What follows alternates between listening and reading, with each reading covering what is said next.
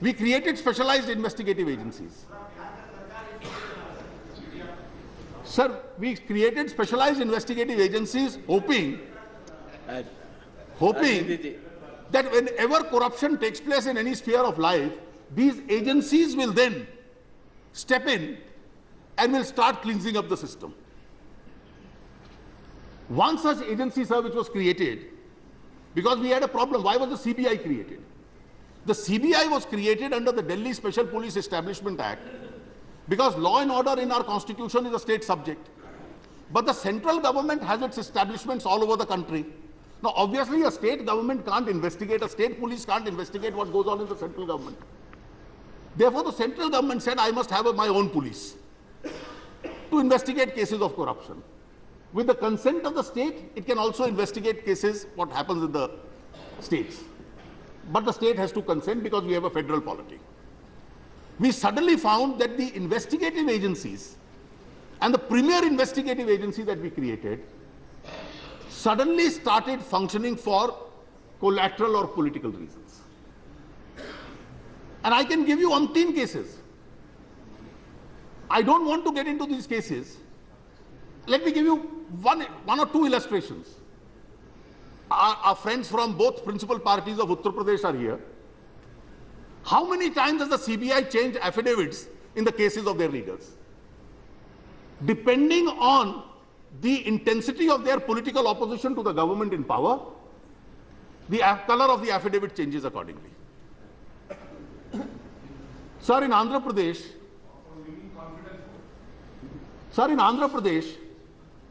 I recollect that the earlier former chief minister, unfortunately no more in this world, when he had a battle going on with the leading media organization of the state, you had investigative agencies unleashed against that media organization. And suddenly when the honorable chief minister is no more, and his family members have gone and formed a separate political party, you find the CBI being unleashed against his political party, so the dead man is retrospectively added as an accused.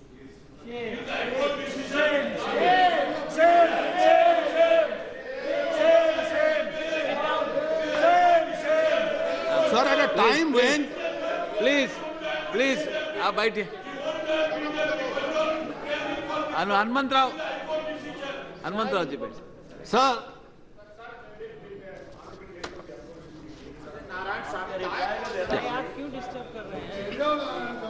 the honorable leader of the opposition has been referring to about the former honorable chief minister of Andhra Pradesh. Sir, there was a case filed, the petition filed before the High Court of High Court of Andhra Pradesh. The court ordered CBI inquiry. On the directions of the court order, the case is being investigated, and the name which has been referring to honorable former chief minister, because the allegation that has been made in the petition has been mentioned, because of that only the name of the former chief minister has been mentioned. This is on the court direction, the investigation is going on. No, please. I will tell you, sir. No, that is not it is today yes, please, Mr. Punji, आप बैठिए. Please sit down. Sir, Mr. Hanumantrao, no, please. I am conscious of the fact what Mr. Narayan Swamy says is factually correct. But let me remind him, any institution, be it investigation, be it the courts, their credibility is also judged when they are not carried away with the times. So when the late chief minister was alive and people were petitioning courts, if the court had passed that order, it was a different matter. Today the political situation changes. I don't want to add anything more to this, but these are not because this relates to an individual case, but it only is a serious and a sad reflection on the health of some of our institutions. And because the health of our institutions is this, let us then not blame people who have come onto the roads in the present environment and who are now saying please reform this system, and they are all looking at us. What are we going to do under these circumstances? Sir, while I'm at this, I'll just touch the last point and then go to the larger submission which I have to make. Is it not factually true that even 64 years after independence, despite various honest efforts made by government, and here I am not only blaming political parties, we have not been able to discover an honest method of political funding in this country. The world's largest democracy has no transparent method of funding its politics. And therefore, discretions in the matter of contracts, land, mining, all these factors, then when they interplay with this, it erodes the credibility of politics and public life. I remember when we were in government, the Congress party had formed a committee headed by the then leader of opposition and today the Honorable Prime Minister Dr. Manmohan Singh. And he prepared a very good report on this subject on behalf of the Congress party. The report was, start giving tax rebates. So whatever people donate, whether individuals donate or firms donate or companies donate to parties, it's a legitimate expenditure. Start giving deductions so that people get some incentivized to make political donations in check. I was then in government, inspired by the report that he prepared. We immediately brought an amendment. It went to a standing committee headed by Mr. Pranab Mukherjee. We amended the Companies Act, we amended the Income Tax Act, and that's the law now for the last 7-8 years, 8-9 years. The left parties had opposed it even then. But most others, I remember the left parties had opposed it, but all of us had accepted it in the hope that people will now be incentivized to donate by check because political funding is a reality. Why should it not be transparent? All over the world it is transparent. There is nothing hush-hush about it. We made some beginning, but a small beginning. And therefore we have to seriously consider that if people donate in the hope that the recipient of the donation comes tomorrow in power, and then obviously it will be in my interest to keep him in good humor in anticipation of his coming in power. So we have not been able to invent that system. And therefore that is why people are looking forward to this house, as also the Lok Sabha, that how is Parliament going to react to this particular challenge, sir? I do believe, sir, we must not be mistaken that there are countries all over the world where similar protests took place. In those countries, the protests took place because they were not democracies. They never allowed a protest. They had been strangulated for decades, if not more.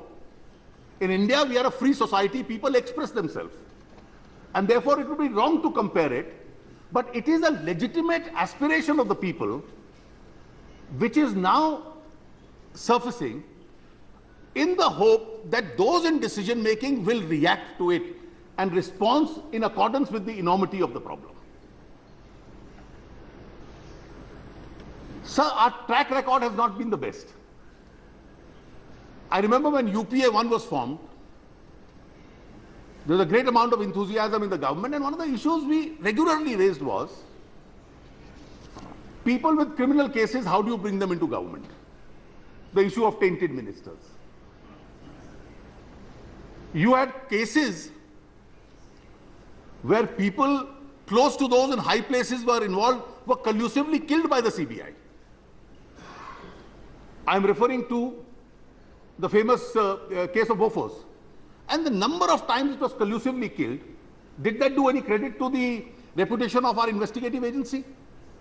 The government had to face an embarrassment during UPA 1 in the oil coupons case, the Volcker case as they used to call it. Brick by brick, all this was eroding the credibility of the government. You've had not one but two cases in India.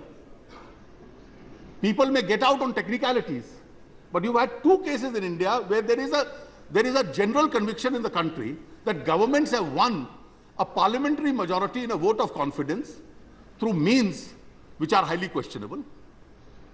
And therefore, that's a challenge and a question which is thrown up before the world's largest democracy.